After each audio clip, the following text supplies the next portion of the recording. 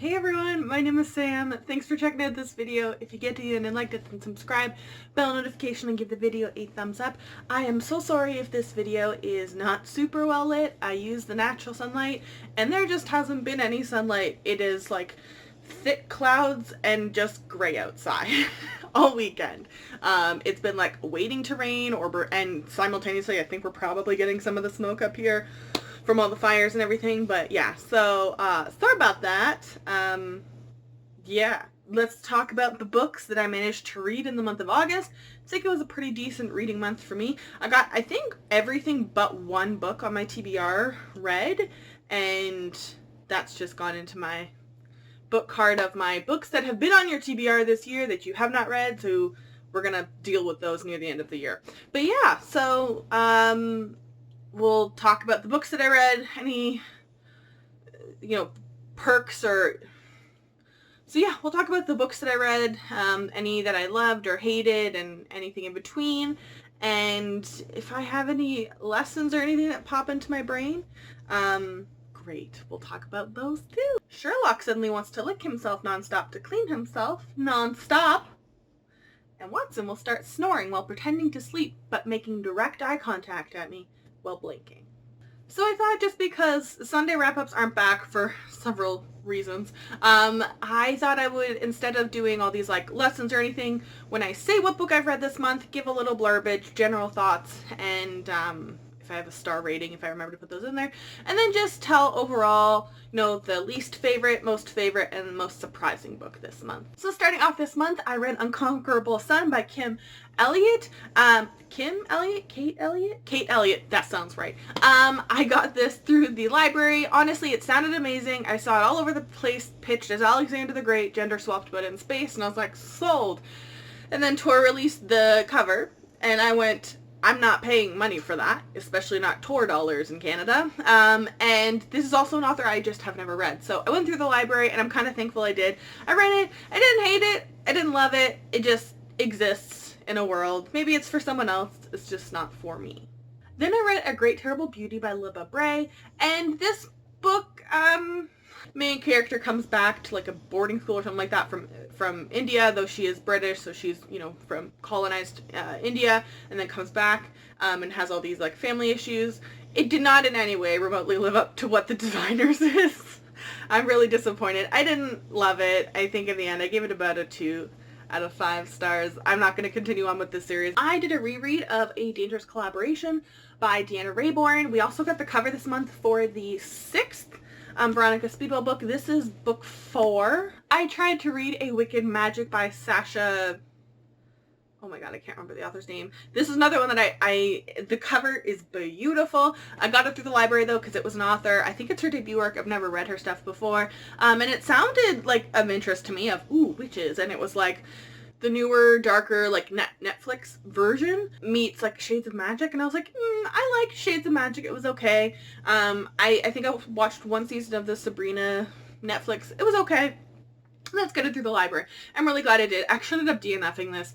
Twas not for me. It felt like a lot of teenage angsty in that sort of realm of YA, which is just not a part of the YA, age audience that I really tend to enjoy a lot of books from. Then I picked up Last Tang Standing by Lauren Ho. This is pitched a bunch of places as Crazy Rich Asians meets Bridget Jones' Diary. I cannot speak to the Bridget Jones' Diary comparison because I have never watched the movies. There's multiple of them, right? Movies. Or read the books. I'm assuming there's multiple books too. But I think in realms of like being pitched as Crazy Rich Asians, I can see some of the influences, not the extravagant lifestyle elements, I don't think of it, but I think the drive of some characters, a lot of those elements I feel like were mirrored in this. But our main character is 33. She's doing really well in her career, and she's pushing for this, I think it's junior partner or something like that at her law firm, and it's against one of her co-workers who she shares an office with, and it's this whole competition between the two of them, and obviously some romantic feelings sizzling between the two of them, which is a problem because he's engaged. I liked the main character. She's very flawed, and at one point she drinks, like, blackout drinks a lot, and it was getting to the point where I was like, you know, there's one thing if, like, you're partying or having a night out or letting loose or whatever, but she repeatedly did it, and I think the author did it on purpose, but repeatedly did it in terms of dealing with her emotions, and I was like, okay, you're actually an alcoholic, like, there's an actual issue here, please don't gloss over it, and it is brought up kind of near the end. It's a little glossed over where she's like, yeah, I should probably stop drinking so much. It's like, yeah, probably, but could we maybe delve a little bit more into that? Then I read America's First Female Serial Killer, which was a very interesting read. I really didn't know the full story of this woman. It's told more in like a fictional tone. Everything, it read like a fiction with, like, from the POV of a murderer, kind of. Maybe not from the POV of a murder. It doesn't read like a true crime novel, and it is just dated, so there's not a lot of, like, scientific, you know, stats and that sort of stuff that we throw into a little bit more modern, true crime novels, but I feel like this was just a general interesting person to just understand what she did, why she did, how she did, how she got away with, she was like, what's that? Is it the Black Widow or whatever it's called? But, like, she was practicing with medicine and was purposely overdosing patients for, like, to have that savior complex for herself, but also, like, just, like, not, like, testing, like, people's dosages and, like, resistance to it and all this sort of stuff. So it was really interesting in that aspect. It's a very quick read as well, but I don't think it's, like, a super, like, true crime with lots of evidence and anything like that. That's not what it is. Then I read The Whispers of Gore. This was a surprise read, honestly. I don't know that it necessarily holds anything super new in terms of, like, being a World War II with women in it, but I thought it was interesting that the women are all from very, like, distinctly different backgrounds, and this whole concept of getting one of them to safety because she is German. Her family escaped Germany and after, or before, during, I think it was after World War I, settled in England and were just ready to, like, start their own life. They have a successful business, and she was, you know, basically, like, I think it's her aunt that she lives with, the main character, that they moved there, and she's been there basically her whole life. She doesn't remember what Germany looks like, and then World War II starts, and she starts getting ostracized and cut out of community. She can no longer work, all of these other things. So that was really interesting. Then I read American Predator, which is a... Okay, it's not the book itself. It's like the acts that the... Is it Eli, whatever the heck his name is, committed. Obviously the crimes that he committed are disgusting, and he abused the hell out of the jurisdictional BS that police don't talk to each other and that there's such poor communication. That aside, I was less angry at him as much as I was angry at the police. And I know it's like an era right now in 2020 where, like, literally the police, every time I see the police, they're never doing anything, like, logical. They're just killing people, like erratically. But they arrested someone because they had the idea of a missing girl in his wallet in a different state. And they didn't check the shed on his property. What? When they interviewed him, they didn't have the person who was doing all the background interviewing him. They had some random dude who was just higher up who hadn't done any of the actual fucking reading or research for it. This is a repeating thing, and it's brought up, like, really, really heavily in this book. The corruption of especially Alaska, of just the policing of, and it's not just, like, at the local small policing level, it's, like, all through these different levels. By the time they would have found her, like, even in the best circumstances, she would have likely been dead. But they bungled this whole investigation, and not out of, like, oh, if we had only had this technology. No, they literally just didn't follow any protocols. They didn't use any common sense. Checking the shed on the property of someone you think has kidnapped a human being is like, I know that information from just watching fucking crime shows on television, okay? Then I read Rory, Thor Destroys the Multiverse, which is such a weird book, but in a really good way, honestly, I think. It's a sci-fi in space, and it's got a lot of elements of The Princess Bride, which it is kind of compared to in the well, not kind of, it is compared to that in like the summary that I remember seeing, that's like the Princess Bride meets like Star Wars or Princess Leia or something like that. Very strong princess vibes, Princess Bride vibes for me, but it really takes on a lot of like fantasy fairy tale tropes and really plays around with them. But the main character is like the daughter to this kingdom in space, and there's an assassination, and basically she has to be married off for safety, but there's a whole bunch of like conspiracies going on with all these other communities around them. It's very interesting. It's a very weird book. I love the characters. Rory Thorne especially. I love the characters. And it feels like it was like a gender bending of a lot of different things as well. I think there was just so much of it that was familiar from just reading and consuming media. That like it was like a comfort, even though it's in space and it's this whole foreign kingdoms and everything. There was an element of comfort in it because I was like, this is Princess Bride. This is the Seven Dwarves. This is the, you know, the evil queen from the, like, there was so much familiar about it that like I feel like it was easy, even though it's a different world, to understand the restrictions of the world and the possibilities of it, and I really enjoyed it. I'm definitely going to be reading the sequel. I would highly recommend this book. Then I read You Had Me At Ola by Alexis Daria. I'm sorry if I call this You Had Me At Hola. I'm an Anglophone and white person living in Canada. I know that it's Ola. My brain doesn't automatically switch to Spanish. And if this had been a French word, maybe, but in Canada we don't. I know in the States a lot of the signage is like English and Spanish. I know every time we get a product at our library, they're always like, oh, we offer it in English and Spanish. And we're like, but any French? And they're like, no. So we have a bunch of Spanish stuff at work where, like, for resources that like none of us really can use because we don't really have much of a Spanish speaking population in our areas. I loved this book. So the main character got out of this messy breakup, which has been very publicized, with her douchebag of an ex-boyfriend who was like some musician guy who's painting her out to be like this horrible person, and the media's just eating up into it. So she takes a job all the way in like New York, essentially for a streaming company, we'll just call them Netflix, to do like a family law comedy sort of show. And there's a big emphasis that this is, you know, her big opportunity, as well as that this is a rare time when we have like Latinx cast and actors and everything like that. But the main cast that is her, you know, leading male, is this telenovela star who has his own past and background and struggles that we do dive into, and he's trying to break away from that telenovela stereotype and into this, and obviously they develop a romance. Then I picked up Court of Shadows by Madeleine Roux, which is the second book. It is the sequel to House of Furies.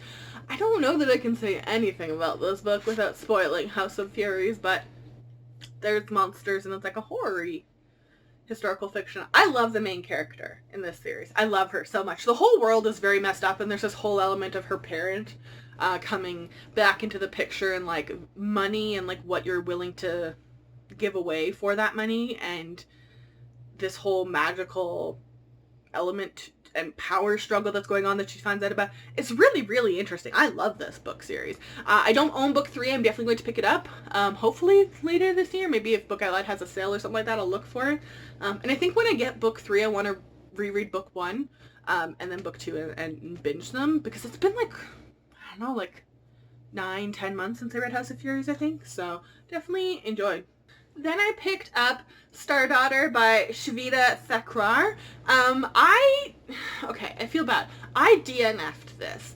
There wasn't anything wildly wrong with it. I didn't even get super deep into the actual book, but like within like the first, like, I don't know, 50, 60 pages of reading it, I went, this is YA. Like, this is tried and true known YA structure. There's nothing wrong with that. There's nothing wrong with that, especially, like, if we know a structure is tried and true where people can be successful in terms of book sales, why not make sure that we can include authors of color and different cultures in that? That makes sense. I, as a person in my brain right now, though, can't intake any more of that YA tried and true. It starts like all of the stories are blending together. So I DNF'd it for now. I think when I'm ready to go back to a YA fantasy, I think this is one I will try and give another shot. Then I picked up Lobizona by Romina Garber.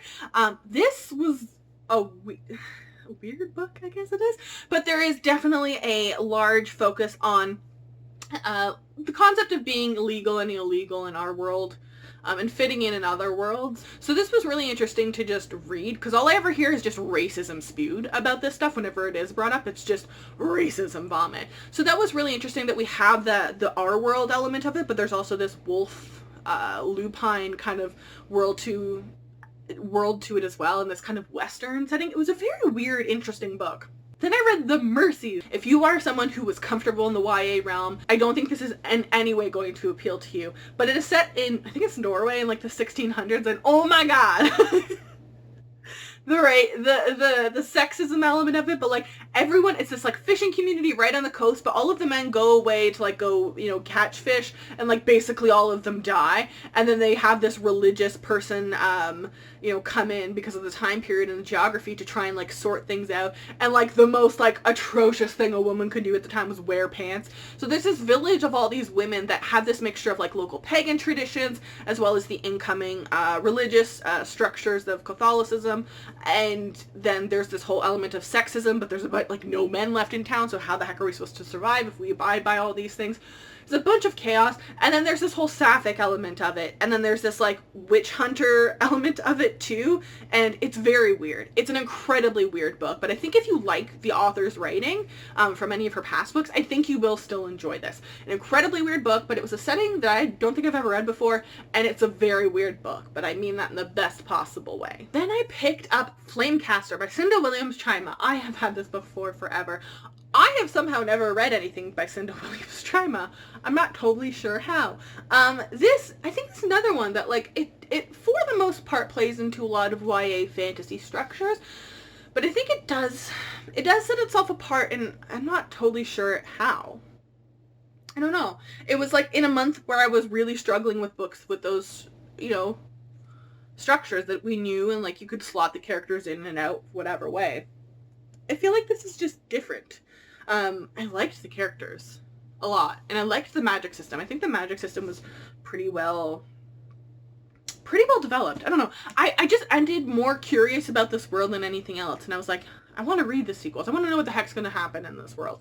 Not so much of like, well, I started this series, it was alright, I'll continue with it the way I am about some. This one, I'm like, I'm genuinely curious where the path of everything and everyone is going to go in this.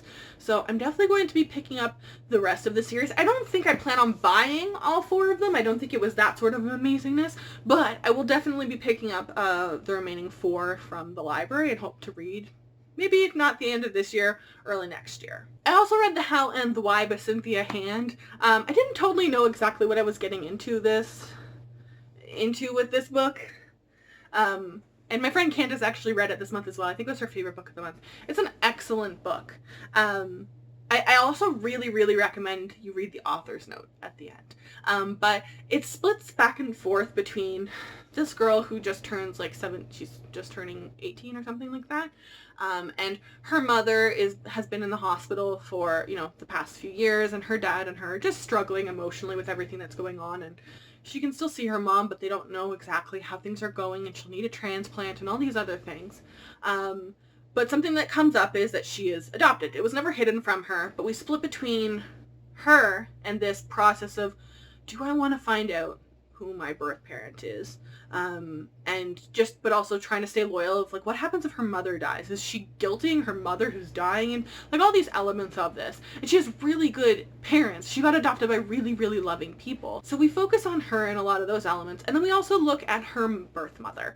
And it's like a flashback, and she's like talking about, she's in a school until she has the baby before she can go back to regular school, and she knows before she's giving birth that she plans on giving the child up. She's already said that she's not ready to take this on. She knows who the dad is, and she wants it to be essentially like a closed adoption. She doesn't give her name or identity in any of these letters. She doesn't try to be not necessarily empathetic, but she doesn't try and have a relationship with the child. Like she writes letters for that child to eventually read, and if she wants to, but she tries to like disassociate herself to make sure that like, I can't want to keep the baby because I know I can't. I know that's something I can't do. So this is easiest for me and for her, for us to have a separate life, which I think is understandable. I know that's a hard concept. Again, I've never been in that situation, but I can't imagine being like, I know I can't take care of this child, and you rule that, you know, abortion either maybe isn't available to you or that's not something you want to do.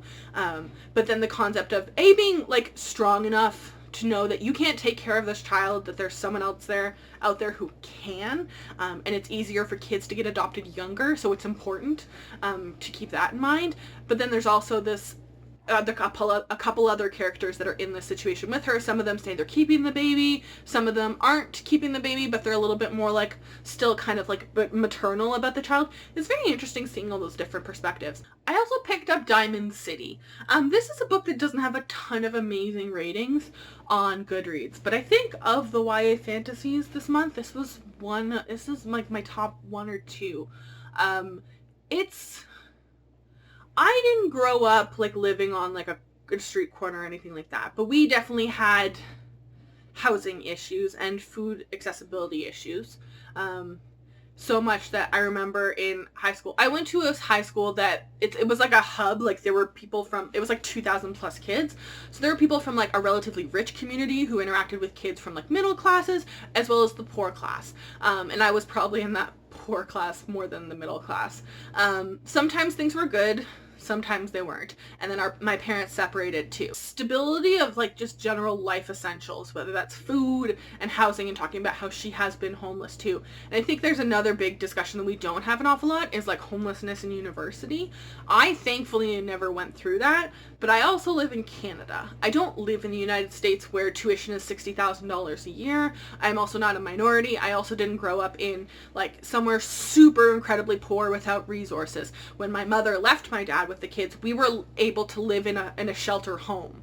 I was still able to go to school, and I had a school that had that money because of having this large pool of some super rich kids that they never asked me to pay for my graduation. They knew I couldn't afford it, and it was paid for.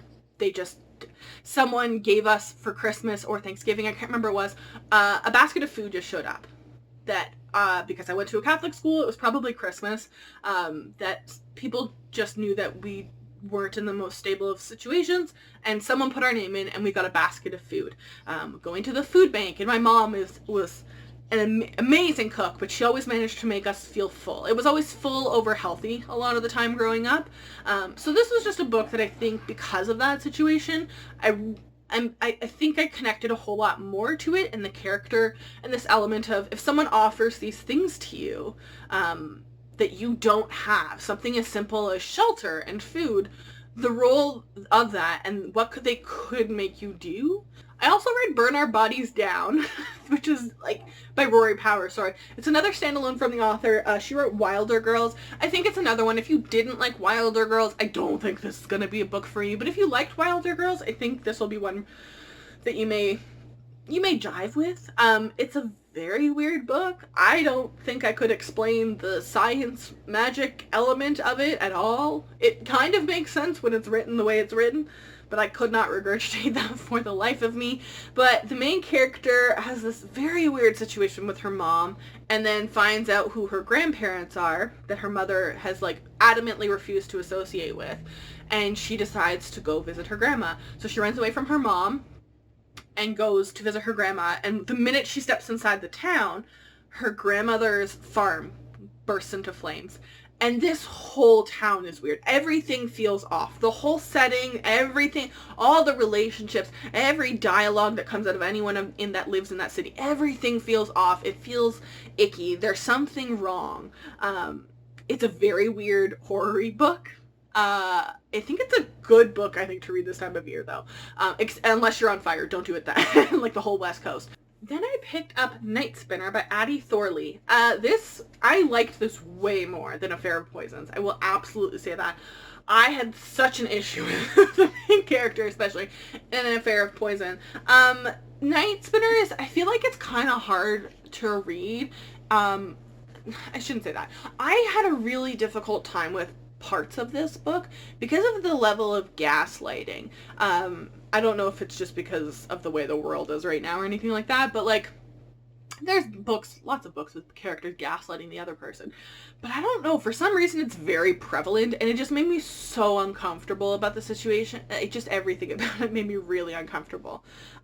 So I did enjoy it, actually. I'm happy I own the copy, and I will definitely buy the second book. I liked it enough that I'm like, I own the first book, I've read the first book, I will buy the second book. And I think I know it says a Hunchback of Notre Dame in a lot of, all of the, mentioning. I had more Robin Hood vibes than anything else in a good chunk of the book. But, nonetheless, I enjoyed it. A lot of corrupt cities. Sister is given this, you were condemned for doing this one bad thing, but we will give you back all of the notoriety and your freedom that you had if you do this one thing for me. And not giving her all of the information she should have been given, because if she had it, she wouldn't have helped them. So it's this whole, steal from the rich, give to the poor, this, people fleeing from invaded lands and all this stuff. It's really interesting. I think, again, follows a relatively tried and true path, but I liked this so much more than Affair of Poison. Then I read Ink and the Blood, by Kim Smejkal. This is one that it actually, I think, it reminded me a fair bit of Night Spinner, actually, and I read them back to back. I think I enjoyed this book for the most part. Again, tried and true YA structure for the most part. I like the concept of tattooing, and then these people run because they find out everything that they've been told about tattoos is not the whole truth, and that power is being abused. I think the only difference between Night Spinner and this, for the most part, in terms of my enjoyment, was I feel like Night Spinner made sense, like the structure of it, the scenes existing, and everything like that. I feel like there were parts of this book that could have been edited out or severely edited down. There were parts that I just was like, okay, what is its purpose? Why is this in this book to make it so, like, this book is long. Why is this scene in here? I'm curious to know how long this book was before now, actually, too, before it got in the hands of an editor. Anyways, again, I liked enough that I own this, and I will watch for the second book, the sequel, to come out, and when I find a good sale on it, I will probably buy it, because I really like the covers, too. I also picked up Ironspark this month by C.M. McGuire. So this was labeled, last I checked, as a standalone. I think it's at least a duology, or a very weird ending to a book. If this is a standalone, I have very big beef issues with how this book ended, but I was sent an arc through the TBR and Beyond book tours that we did this past month. I have a full review on my Instagram if you want to go see a bit more information. It's a very interesting book. It's a solid 4 stars for me. Then I picked up The Crow and the Singing by Alison Krogon, which is book 3 and book 4 of the Book of Pelennor series. It reminds me a lot of the Graceling series, and I'm not totally sure why. I love the characters. I love the characters in this book, this series, for the most part. I do take kind of like uncomfortable issue with the potential romance that keeps kind of being brought up between the main female character and Codvan. They keep being like, people are like, oh, are you dating Codvan? No, I'm not dating him. Maybe I'm kind of, do I have a crush on him? There's this whole like parent-child element to their relationship, as well as like a teacher-student. It just makes me really uncomfortable that keeps being like brought up. I didn't like that part at all. But the rest of the series, I really liked it. The world is really fascinating. There's so much journeying and adventuring, and like the author puts so much time into building this world and all its politics and parameters, and the siblings and what their role are, and how they keep getting separated and then eventually brought back together, and their journeys along the way. So we split from having her story, which is I thought was how the whole series was going to go, but then we also split off and we get the brothers' story for a book, which I loved. And it makes more sense to me now that there is a book for Codvan like that. I haven't read yet, but it makes sense to me now that he has his own side story. I also picked up The Story of Silence by Alex Myers this month, which is queer medieval Arthurian time, where our main character is the daughter born to a couple who, in this time period in geography, it was just deemed that it has to be like lineage and everything is going through the men. So they need a male heir. But the main character is born female, but the parents decide before the birth, if it's female, we will raise it as a male, so that we can make sure it's passed on. But their general thought is once we have a male heir, we can, let go of the ruse. Unfortunately, it doesn't happen because they don't both survive long enough to start trying to have another child. So it kind of flashes forward then to what's happening with this child now that they're being brought up with their gender and their sex don't match, as well as like women are treated very differently in this time period than men are, and it's this really big long, there's, adventuring and whatever, but there's such a focus on this concept of what if your gender and sex don't match? And I felt like it was, like, such care was put into this story and the character and their growth and their figuring out of this concept that we even have a hard time dealing with in our time period. So it was, it doesn't de facto mean that everything in this book is fine or okay, but I did see that the author is transgender as well.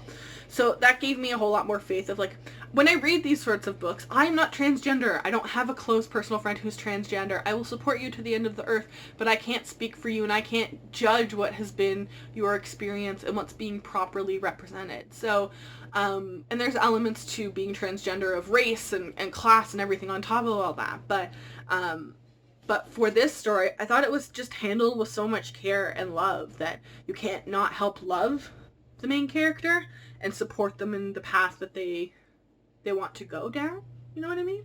So I'm very happy that I own this. I think this is a book that, I know it's an adult book and it looks long, but I think this is generally, like, if you're interested in the YA reading realm and you're interested in sort of that representation, I think the time period is a fun twist on it because we have Merlin and all this other stuff. I think it got even more appeal then, but I think it's just generally probably a good book for people trying to understand just the mentality and what people mentally go through that are part of that transgender community. This is probably a really good book for you to, think about picking up or reading. And last up, I did a reread of The House on the Cerulean Sea by TJ Klune. I'm also doing a reread of it in September because it's one of the group reads for the TBR and Beyond book group. I absolutely love it. Every time I go in the group chat for that, I had someone else has posted and they're like, oh my god, this is my new favorite book. I'm like, yay! I'm so happy people are loving it. So least favorite book this month. Again, I don't include DNFs in this because I didn't finish the book. It just doesn't seem right. I think from the books that I did finish, my least favorite book of the month was A Great and Terrible Beauty. I think part of that is definitely influenced by the absolute amazingness of the Diviner series. I just didn't like so much of this book. It was just not for me. Most surprising book this month is definitely going to go to Ironspark. Don't know what exactly I was expecting because the book cover versus like the summary of being like, oh, fairies and evil and dark and everything, and then like swoon reads, like all of that seemed like so disassociated to me in my brain. And favorite book of the month, it's kind of a toss-up for the most part between The Story of Silence and You Had Me At Ola, but if you twisted my arm and made me pick, I would definitely say You Had Me At Ola. This book is amazing and great, but there's something about You Had Me At Ola that I could not put this book down. I was so excited for it, and like none of it let me down. I was so hyped. It was so highly anticipated for me. The cover is just beautiful and amazing. And then I read it and was just so happy with how the book was done, with everything that was covered, with the representation in it. There was just so much about it that I was happy about. Anyways, those are the books that I read this month. I will put them all in the description box down below, along with all of my social media. If you follow me, I will follow you back, unless you have a really creepy social media account.